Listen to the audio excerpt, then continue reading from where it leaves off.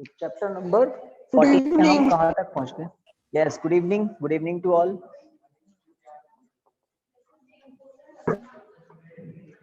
Chapter number 14 की yes good evening. Chapter number 14 की आज हम एंडिंग करेंगे।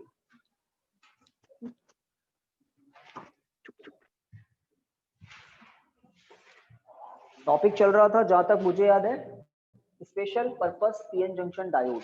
Special purpose PN junction diode, उसमें टोटल 4 डायोड्स आपको डिस्कस करने थे। 4 में से हमने 2 तो कंप्लीट कर लिए थे, photo diode, solar cell, photo diode, sorry photo diode हो गया था, लाइट एमिटिंग डायोड एलईडी हो गया था, ट्रू। और जेनर डायोड है ना, वो चल रहा था। तो जो थर्ड नंबर पे हमने लिया था जीनर डायोड। जीनर डायोड में क्या क्या बात हो गई थी मुझे याद है, मैंने एक सर्किट आपको बताया था। सर्किट डायग्राम के बाद आपको एक इसका IV characteristics, then principle, then working, ये 2 काम करने थे। तो सर्किट डायग्राम में एक रेजिस्टेंस के साथ सीरीज में कनेक्ट किया था हमने, किसको? जेनर डायोड को। सिंबल की बात हो गई थी ना, सिंबल बना लिया था आपने जीनर डायोड का। Yes, और sir. जीनर डायोड के पैरेलल में उस लोड रेजिस्टेंस को कनेक्ट करते हैं जहां पर हमें कांस्टेंट पोटेंशियल चाहिए। इन दोनों एंड के बीच में कांस्टेंट पोटेंशियल, आउटपुट इन दोनों के बीच में हमें रिसीव होता है। इनपुट की बात करें तो इनपुट जो होता है वो फ्लक्चुएटेड वोल्टेज होता है। इन दोनों के बीच में VI फ्लक्चुएटेड इनपुट वोल्टेज होता है। जीनर डायोड को रिवर्स कंडीशन में रखा जाता है, रिवर्स बायस में। कैसे? P को नेगेटिव से N को पॉजिटिव से कनेक्ट करके, इस तरह से। यहाँ पर पॉजिटिव, ठीक है, कुछ यही डायग्राम था, देख लो। तो जीनर डायोड के लिए ये सर्किट आपने बना रखा है, ट्रू। इसी के साथ आपको इसका आईवी कैरेक्टरिस्टिक्स अटैच करना है। आईवी कैरेक्टरिस्टिक्स में हम क्या दिखाते हैं? जो थर्ड क्वाड्रेंट है, थर्ड क्वाड्रेंट में, फर्स्ट क्वाड्रेंट में थोड़ा सा आप दिखा दें, फोर्थ क्वाड्रेंट में कुछ इस तरह से, देन सडनली। तो ये जो कंडीशन है इसको हम बोलते हैं VZ, ब्रेकडाउन वोल्टेज। और ये होता है करंट, कौन सा करंट? IR। और यहाँ पर आप वोल्टेज लिखना चाहें तो ये होता है रिवर्स वोल्टेज। तो ब्रेकडाउन वोल्टेज रिवर्स वोल्टेज की वो वैल्यू है, ब्रेकडाउन वोल्टेज रिवर्स वोल्टेज की वो वैल्यू है जिसके बाद सर्किट में करंट बहुत रैपिड, बहुत जल्दी इंक्रीज होने लग जाता है। तो इसी डायग्राम के राइट, लेफ्ट या नीचे आईवी कैरेक्टरिस्टिक्स आपको बनाना है।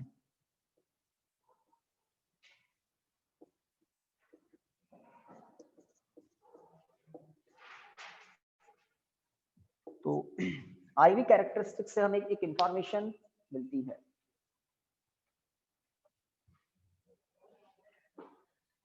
आईवी कैरेक्टरिस्टिक्स, फिर हम इसका एक जेनर डायोड का प्रिंसिपल है और उसकी वर्किंग है। प्रिंसिपल जेनर डायोड में ही लिखना है आपको, ठीक है।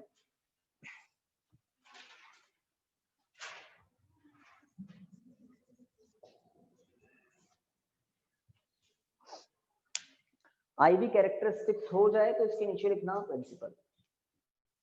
तो हमें फॉरवर्ड कैरेक्टरिस्टिक्स भी पता होते हैं, जिन्हें किसी भी पीएन जंक्शन डायोड के रिवर्स कैरेक्टरिस्टिक्स भी पता है। तो पीएन जंक्शन डायोड का रिवर्स कैरेक्टरिस्टिक्स ऐसा ही होता है, but normal PN junction diode breakdown voltage पर डैमेज हो जाता है, खराब हो जाता है। जेनर डायोड को कुछ इस तरह से बनाया जाता है, हाई डोपिंग करके इसको इस तरह से बनाया जाता है कि ये ब्रेक डाउन वोल्टेज पर भी विदाउट एनी डैमेज वर्क कर सके। भाई आपको नहीं पढ़ना है तो चले जाओ ना, फिर जब क्वेश्चन पूछते हैं तो, या क्वेश्चन पूछते हैं क्या एग्जाम में अच्छे मार्क्स भी तो लाने हैं। हाँ, तो नेक्स्ट हेडिंग प्रिंसिपल लिखना है। तो लिखें,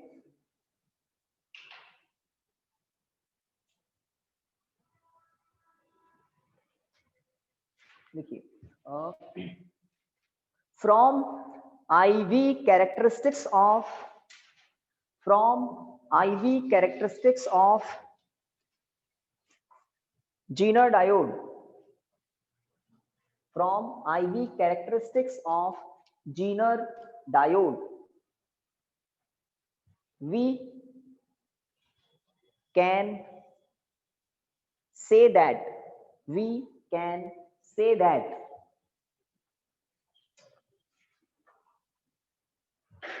when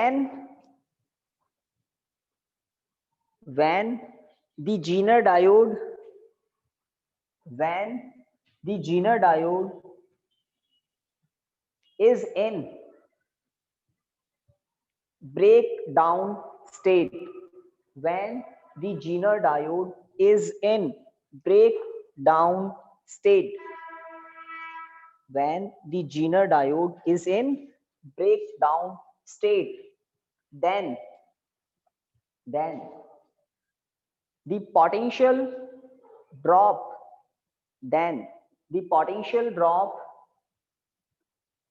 on Zener diode, then the potential drop on Zener diode remains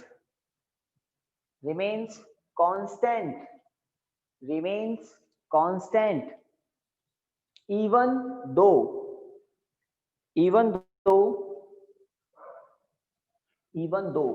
electric current through the diode, even though electric current through the diode varies, even though electric current through the diode varies over a wide range,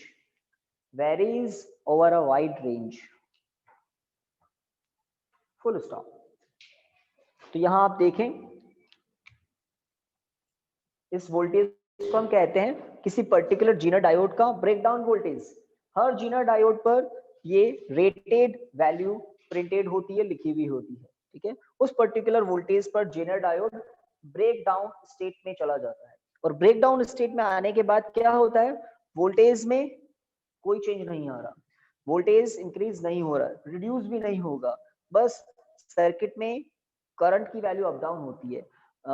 breakdown voltage में बहुत insignificant, बहुत minute change भी आता है तो current में बहुत बड़ा चेंज आ जाता है, यही हमने लिखा है। तो उस बहुत माइन्यूट वोल्टेज में जो बहुत माइन्यूट चेंज आता है उसको तो हम नेग्लिजिबल मानते हैं, और हम क्या मानते हैं, वोल्टेज ऑलमोस्ट कांस्टेंट है, जबकि करंट बहुत बड़ी रेंज के साथ वेरी कर रहा है, बहुत बड़ी रेंज के साथ वेरी कर रहा है। तो this is the principle of Zener diode. तो Zener diode breakdown state में ही वर्क करता है, और जब Zener diode breakdown state में आ जाता है उसके बाद जीनर डायोड पर पोटेंशियल ड्रॉप ऑलमोस्ट सेम रहता है, कांस्टेंट रहता है, जबकि करंट काफी चेंज हो रहा होता है। करंट के चेंज होने पर भी वोल्टेज चेंज नहीं होता है, फुल स्टॉप। ओके, तो प्रिंसिपल हो गया। इसके नीचे लिखिए वर्किंग। तो ये जो सर्किट डायग्राम हमने बनाया है और जो हमने प्रीवियस क्लास में समझा था, मैंने आपको कहा था इसको आईएमपी भी लगाना है, आपने अप्लाई कर दिया होगा जीनर डायोड को आईएमपी। Yes sir. वर्किंग में पहले सुन लें, बहुत छोटा सा काम ही लिखना है हमें। अगर जीनर डायोड को आपने रिवर्स कंडीशन में किया है, कैसे, इनपुट वोल्टेज कैसा होता है, फ्लक्चुएशन होती है इसमें। तो अगर ये इनपुट डीसी या इनपुट फ्लक्चुएटेड डीसी वोल्टेज से हमने जीनर डायोड को रिवर्स कंडीशन में किया हुआ है, और जीनर डायोड के सीरीज में एक रेजिस्टेंस अप्लाई करते हैं are.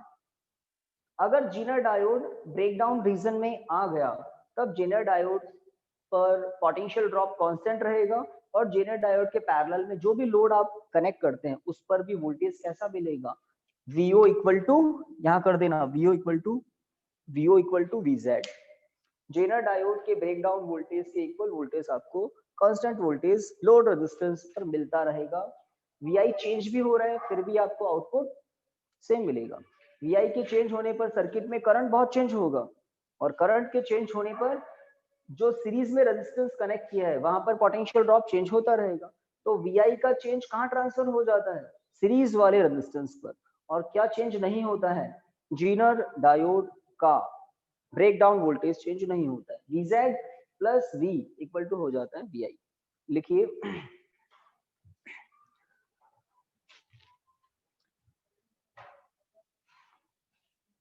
when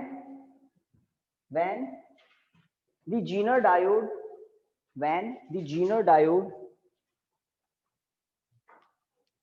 is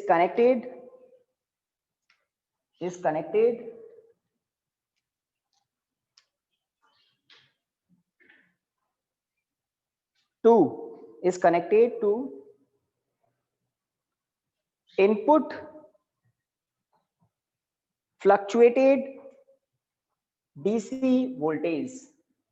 When Zener diode connected to input fluctuating लिखना, input fluctuating DC voltage, input fluctuating DC voltage through a resistance RS कर देता हूं, सीरीज में होता है ये इसलिए, through a resistance RS,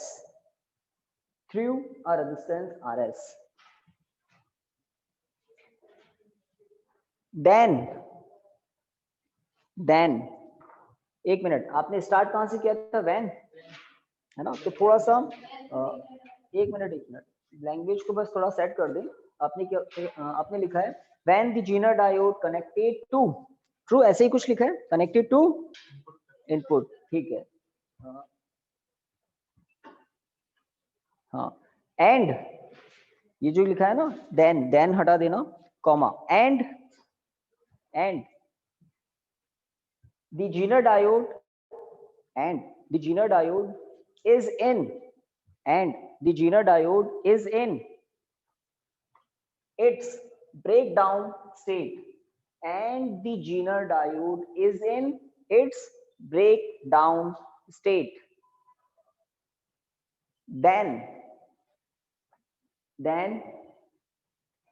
a constant voltage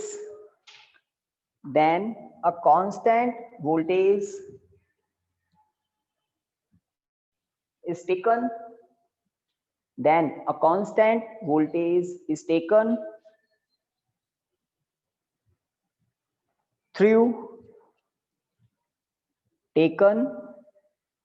थोड़ा लैंग्वेज लास्ट में देखें, टेकन एट थ्रू कट कर देना, taken at the load resistance which connected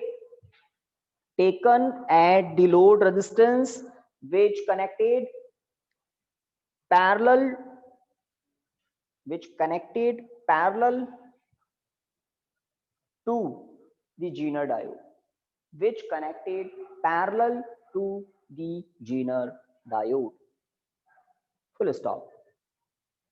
तो एक तो इसके प्रिंसिपल पर थोड़ा सा गौर फरमा लेना। ब्रेकडाउन स्टेट में V चेंज नहीं होता है, जबकि करंट IV कैरेक्टरिस्टिक्स को आप देखें, IV कैरेक्टरिस्टिक्स से क्या पता लग रहा है? V remains constant, I varies. I change हो रहा है बट V चेंज नहीं हो रहा है। बार बार इसी बात को मैं कहूंगा क्योंकि यही सबसे इंपॉर्टेंट बात है। I चेंज हो रहा है बट V ऑलमोस्ट सेम रहता है, और यही इंपॉर्टेंट इसका कैरेक्टरिस्टिक्स है, और यही इसका प्रिंसिपल है वर्क करने का। और इसी प्रिंसिपल को यूज लेकर हमने जीनर डायोड को एज अ वोल्टेज रेगुलेटर काम में ले लिया। Zener diode as a voltage regulator हमने यहाँ काम में लिया। ओके, इसका सर्किट डायग्राम ऐसा ही होता है। ये सीरीज वाला रेजिस्टेंस क्यों कनेक्ट किया जाता है? क्योंकि इनपुट वोल्टेज में जो भी चेंज होते हैं वो इस पर ट्रांसफर हो जाते हैं। लास्ट क्लास में हमने यही डिस्कस किया था, अगर सर्किट में रिवर्स करंट फ्लो हो रहा है, VI के थोड़ा सा भी चेंज होने पर करंट चेंज होगा, रिवर्स करंट चेंज होगा, तो यहाँ पर पोटेंशियल ड्रॉप चेंज होगा। यहाँ अगर 10 वोल्ट पोटेंशियल इंक्रीज भी होता है तो यहाँ पर पोटेंशियल ड्रॉप 10 वोल्ट इंक्रीज हो जाएगा, Vz वही रहेगा। Vo इक्वल टू क्या होता है? Vz। ओके, तो ये थी कहानी जीनर डायोड की, जिसको यूज लिया हमने एज अ वोल्टेज रेगुलेटर। ठीक है, फोर्थ नंबर पर आते हैं सोलर सेल। फर्स्ट हुआ था फोटो डायोड, सेकंड हमने किया था लाइट एमिटिंग डायोड, थर्ड हमने कंप्लीट किया जीनर डायोड। अब हम कर लेते हैं सोलर सेल। सोलर सेल तो थोड़ा सा पहले लिख लें, फिर डायग्राम से बात को समझेंगे। तो छोटा टॉपिक है, ज्यादा बड़ा नहीं है। तो किस तरह से सोलर एनर्जी से इलेक्ट्रिकल एनर्जी बनाता है वो हम देखेंगे। तो पहले इसके अंदर लिखिए, solar cell is a PN junction diode. Solar cell is a PN junction diode. Solar cell is a PN junction diode which converts attendance ले ली ना, which converts solar energy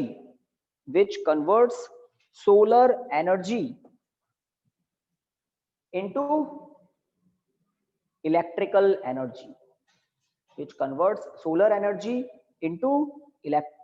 energy, full stop. तो solar cell एक PN junction diode ही होता है जो solar energy को electrical energy में convert करता है। इसमें एक और बात लिखनी है, which convert solar energy into electrical energy without any, आगे कंप्लीट करते हैं इस बात को, विदाउट एनी बायस वोल्टेज,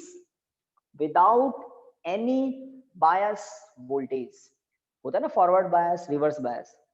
तो सोलर सेल में हमें कोई बायस वोल्टेज अप्लाई ही नहीं करना पड़ता। सोलर सेल तो हम वहां यूज लेते हैं जहां पर हमारे पास कोई सोर्स नहीं है, इलेक्ट्रिकल सोर्स है ही नहीं, है ना। बायस वोल्टेज अप्लाई करने के लिए कोई सेल या कोई बैटरी चाहिए होती है, जब कुछ नहीं होता है।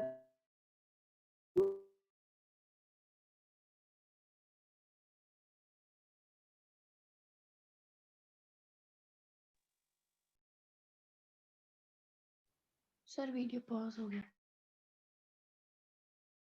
Yes sir. आई थिंक अभी ठीक है ना। हाँ,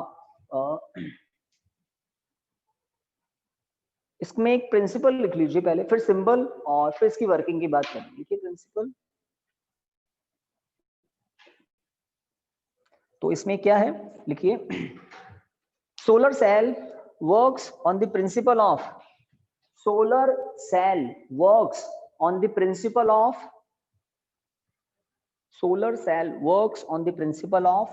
photovoltaic effect. Solar cell works on the principle of photovoltaic effect. Full stop. अभी फोटोवोल्टिक इफेक्ट कैसे आता है ये हम समझेंगे।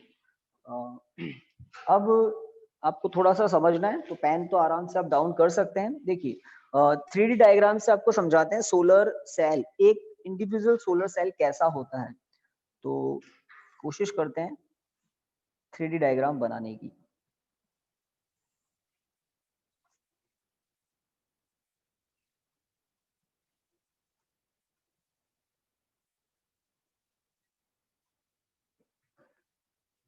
थोड़ा बड़ा बना देते हैं, हमें कुछ अंदर NP कुछ लिखना भी है। तो एक मैंने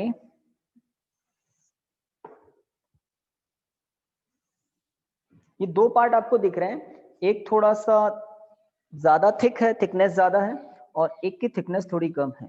जिसकी थिकनेस ज्यादा है वो है P section, P type semiconductor, और जिसकी थिकनेस कम है वो है N section, N type.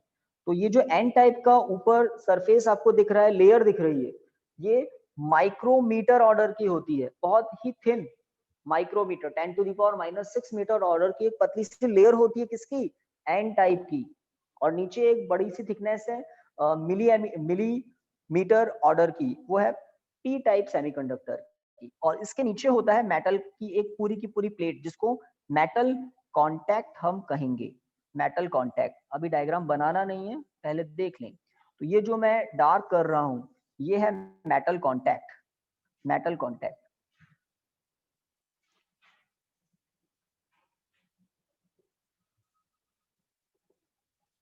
Metal contact. यहाँ पर ऊपर होता है फिंगर इलेक्ट्रोड, उसके लिए आपको थोड़ा 3D में देखना होगा, समझना होगा। अगर हम इस पूरे को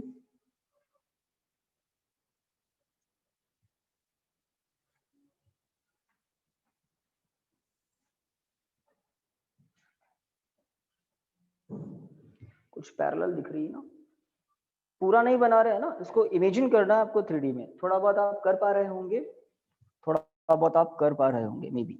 ओके, तो ये इसकी थिकनेस है और यहाँ पर मैं एक लाइन बना देता हूँ, ये है एन सेक्शन के लिए और नीचे है पी सेक्शन के लिए। पूरा नहीं बना रहे।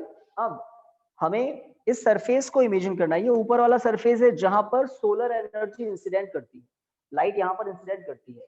तो ऊपर वाले सरफेस को थिन क्यों बनाया जाता है, माइक्रोमीटर ऑर्डर का क्यों बनाया जाता है? रीजन, जब सोलर एनर्जी ऊपर वाले सरफेस पर इंसिडेंट हो तो वो सोलर एनर्जी कहां तक पहुंच जाए? जंक्शन एरिया तक। वो थर्मल एनर्जी कहां तक पहुंच जाए? जंक्शन एरिया तक। और जंक्शन एरिया के वहां पर कोवैलेंट बॉन्ड ब्रेक होने लग जाए कुल मिलाकर। तो ऊपर एक वेफर होता है, पतली सी लेयर होती है एन टाइप के सेमीकंडक्टर की, नीचे है मेटल का एक कांटेक्ट, ऊपर भी मेटालिक कांटेक्ट होता है। बट ऊपर वाले सरफेस को हम किसी मेटल के लेयर से पैक तो कर नहीं सकते, सोलर एनर्जी इंसिडेंट होनी चाहिए, तो उसको ट्रांसपेरेंट ही रखते हैं। एक ग्लास की ट्रांसपेरेंट शीट इसके ऊपर लगा देते हैं, जैकेट एक लगा देते हैं। बट आपने अगर देखा हो तो यहाँ पर मेटल के वायर का एक नेट बनाया हुआ होता है। वो मेटल के वायर का नेट क्या करता है?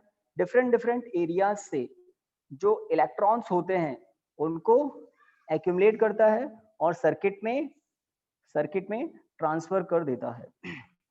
तो ये जो आपको मैं दिखा रहा हूँ, ये है फिंगर इलेक्ट्रोड, इसको कहते हैं फिंगर इलेक्ट्रोड। मेटल के वायर का नेट होता है एक तरह से, और इसका मेन मोटो क्या होता है?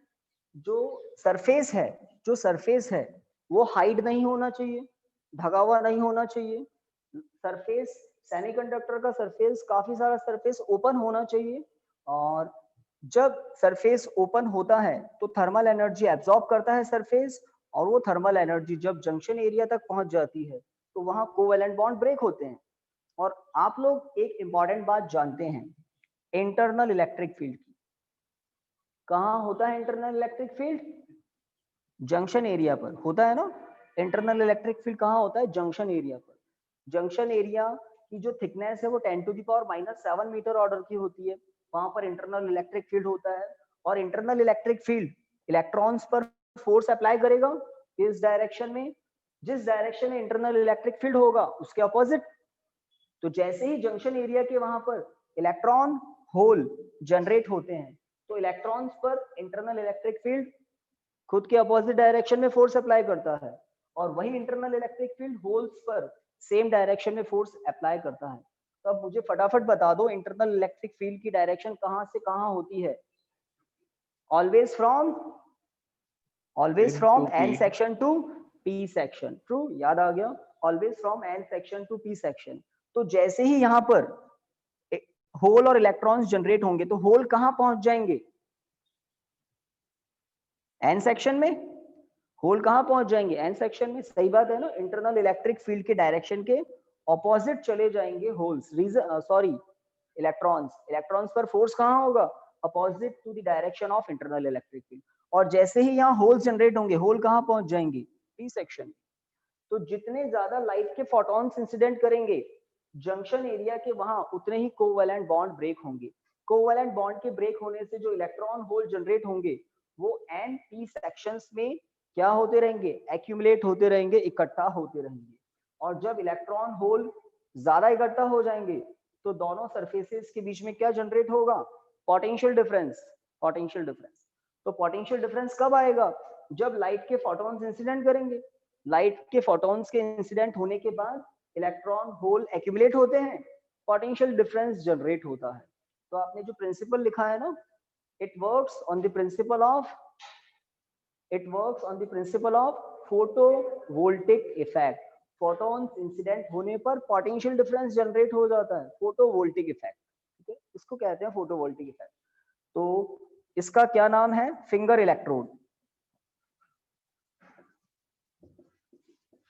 फिंगर इलेक्ट्रोड, मेटल कॉन्टैक्ट, ये एन सेक्शन दिख रहा है, ये पी सेक्शन दिख रहा है, यहाँ पर आपको कोई डॉट कोई होल अभी नहीं दिखाने। इंटरनल इलेक्ट्रिक फील्ड की डायरेक्शन बता सकते हो, माइक्रोमीटर ऑर्डर का होता है, ये मिलीमीटर ऑर्डर का होता है। डायग्राम बनाना है, इसका सिंबल अभी बताया नहीं है मैंने, है ना। ये 3D डायग्राम है, आपको आपकी टेक्स्ट बुक में शायद नहीं मिलेगा, सामने वाला सेक्शन दिखाया हुआ है पूरा, बट फिंगर इलेक्ट्रोड दिखाने में थोड़ी प्रॉब्लम हो जाती है, इसलिए 3D डायग्राम देखें आप।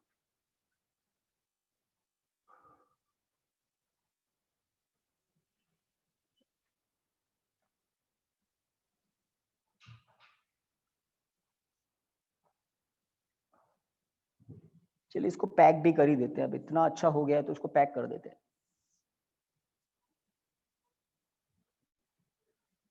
हाँ भाई, वहां से कैसे पैक होगा, ऐसे कर दूं? थोड़ा डायमेंशन अच्छा नहीं लग रहा, चलिए इसकी डायमेंशन सही करते हैं।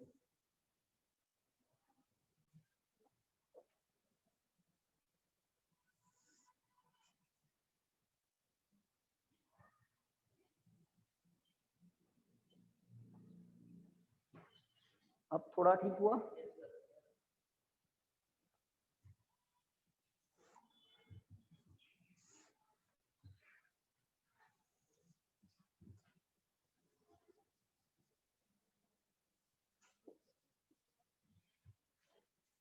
तो ये RL बनाया है, आपको बुरा नहीं लगना चाहिए, पेपर में जगह है ना। एक्चुअल में जैसे ही पोटेंशियल डिफरेंस सफिशिएंट हो जाता है, पोटेंशियल डिफरेंस होते ही करंट फ्लो होगा RL के थ्रू। ये तो सिंगल सोलर सेल है, इंटरनल इलेक्ट्रिक फील्ड की डायरेक्शन भी दिखाई देना। इसमें हमें डायग्राम बनाने के बाद एक तो इसका सिंबल, ये तो पूरा का पूरा डायग्राम है, सिंबल बनाना है और वर्किंग लिखनी है। इसके साथ आपका, है ना, चैप्टर नंबर 14 एंड होगा एनसीईआरटी के अकॉर्डिंग, क्योंकि चैप्टर नंबर 14 को आप जब 10th में थे 2 साल पहले हाफ कर दिया। ट्रांजिस्टर एक बहुत बड़ा अच्छा टॉपिक हुआ करता था, जिसको डिलीट कर दिया एनसीईआरटी ने। Contact, metal contact, contact. Okay, तो आई थिंक आप लोगों ने सभी ने डायग्राम बना लिया होगा, आई थिंक। बताइए बताइए, या रुकना है? Yes sir, complete. कंप्लीट, चलिए पहले हम इसका सिंबल बना लें कहीं भी छोटी सी जगह में, फिर नीचे इसकी वर्किंग आप लिखेंगे।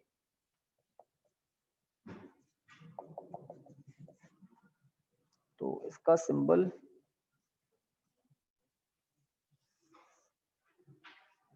कुछ इस तरह से है। इसके जो एंड्स है वहां पर कोई प्लस माइनस आपको नहीं लिखना। ये जो बड़ा वाला लाइन है ना, इसका मतलब पी सेक्शन होगा, छोटी वाली लाइन, इसमें कोई आपको पीएन जंक्शन नहीं दिखाना। हाँ, लाइट के फोटॉन्स आते हुए दिखाने, लाइट एनर्जी इंसिडेंट होते हुए आपको दिखानी, दैट्स इट। तो ये सोलर सेल के लिए सिंबल है। ये सर्कल ऐसा इसलिए हम करते हैं क्योंकि सोलर सेल को आपने अगर देखा हो तो एक ट्रांसपेरेंट जैकेट में पैक कर देते हैं। ऊपर का वाला जो सरफेस होता है वो एक ग्लास की ट्रांसपेरेंट शीट का होता है, पैक कर देते हैं, और नीचे मेटेलिक कांटेक्ट होता है, पूरा का पूरा ये जो बेस होता है मेटेलिक कांटेक्ट होता है। ऊपर आप बहुत ध्यान से देखें तो जैसे सिल्वर कलर के आपको वायर्स का नेट दिखेगा, ऊपर फिंगर इलेक्ट्रोड्स का नेट बना होता है, जाल बना होता है, नीचे मेटेलिक कांटेक्ट, और आपको नेट के आसपास बीच में ब्राउनिश ब्लैकिश जो एरिया दिखता है वो होता है सेमीकंडक्टर का एरिया, जो हमें सामने से दिखाई देता है। ठीक है, सिंपल डन। लिखिए वर्किंग।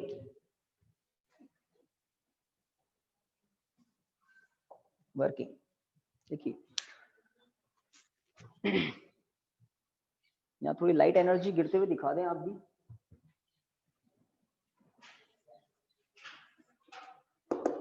देखिए, when when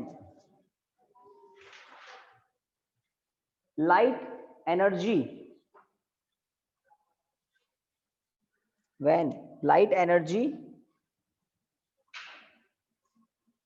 थोड़ा सा चेंज करें क्या? एक्चुअल में हम ये कहना चाहते हैं कि फोटॉन्स की जो एनर्जी हो वो ज्यादा हो, किससे? Eg से। तो अगर हम ऐसा लिखें, व्हेन फोटॉन्स ऑफ लाइट, ऐसे लिखिए, थोड़ा चेंज कर दो स्टार्टिंग में, बेटर रहेगा। When photons of light, when photons of light with energy greater than with energy greater than Eg, with energy greater than Eg, incident on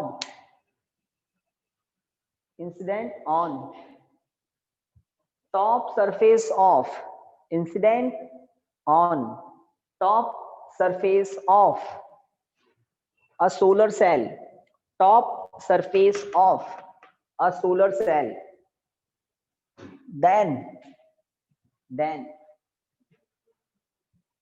covalent bond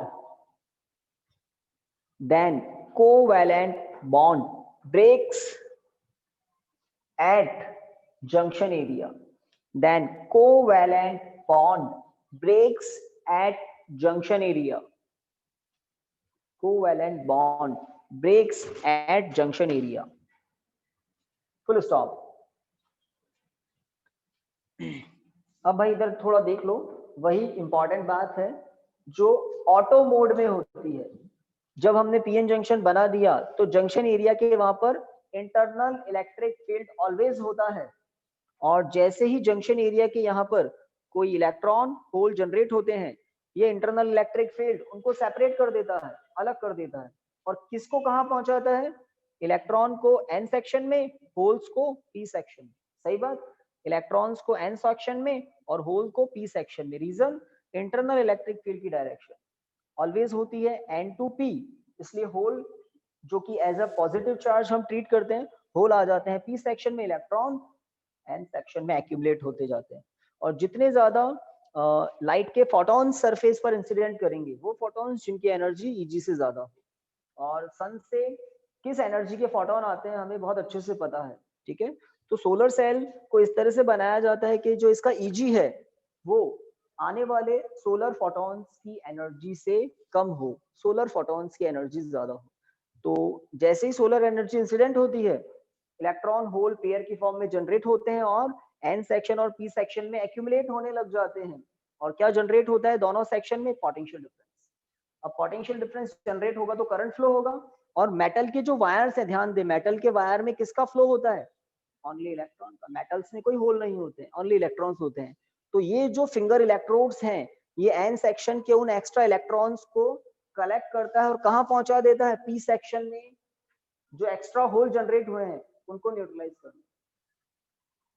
हो गया, energy खत्म। जितने इलेक्ट्रॉन आए वो घूमकर वापस पहुंच जाएंगे पी सेक्शन में। हम यही तो चाहते हैं, पोटेंशियल डिफरेंस जनरेट हो। तो सोलर एनर्जी आती है, पोटेंशियल डिफरेंस जनरेट करती है, और क्या मिलता है? करंट। इलेक्ट्रॉन जाएंगे यहां से पी सेक्शन में, तो करंट की डायरेक्शन सही कह रहा हूं मैं? इलेक्ट्रॉन एन सेक्शन से यहां से निकलकर नीचे पी सेक्शन में जाएंगे, तो करंट की डायरेक्शन क्या होगी? सही है। तो थोड़ा सा और लिखना है। आपने क्या लिखा?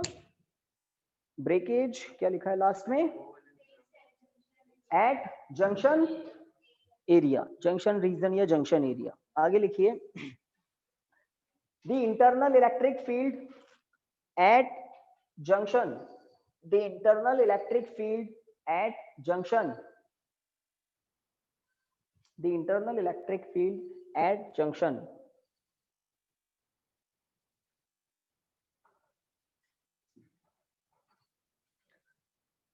sends electron in n section, sends electron in n section and hole in p section.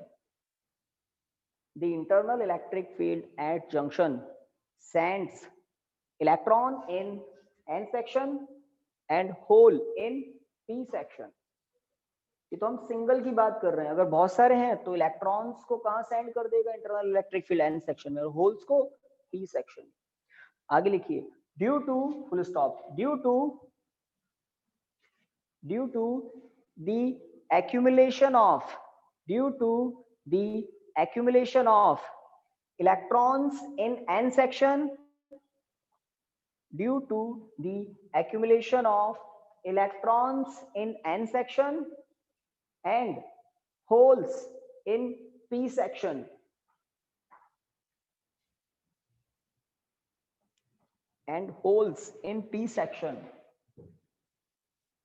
a potential difference is set up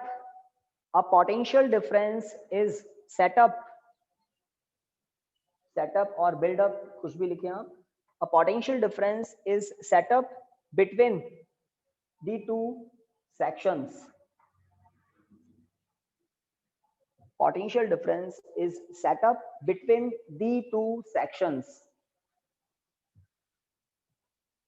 Again full stop. Last हमें करना है क्या, जब हम n सेक्शन को p सेक्शन को किसी लोड रेजिस्टेंस के थ्रू कनेक्ट करते हैं तो लोड रेजिस्टेंस से हमें क्या मिलता है, करंट। लोड रेजिस्टेंस के थ्रू करंट फ्लो होता है। देखिए when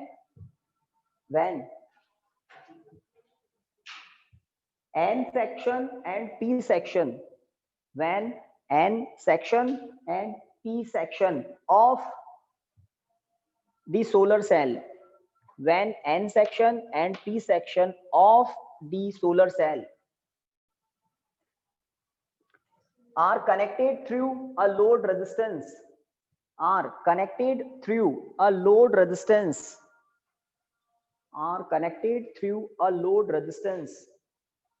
then electric current flows through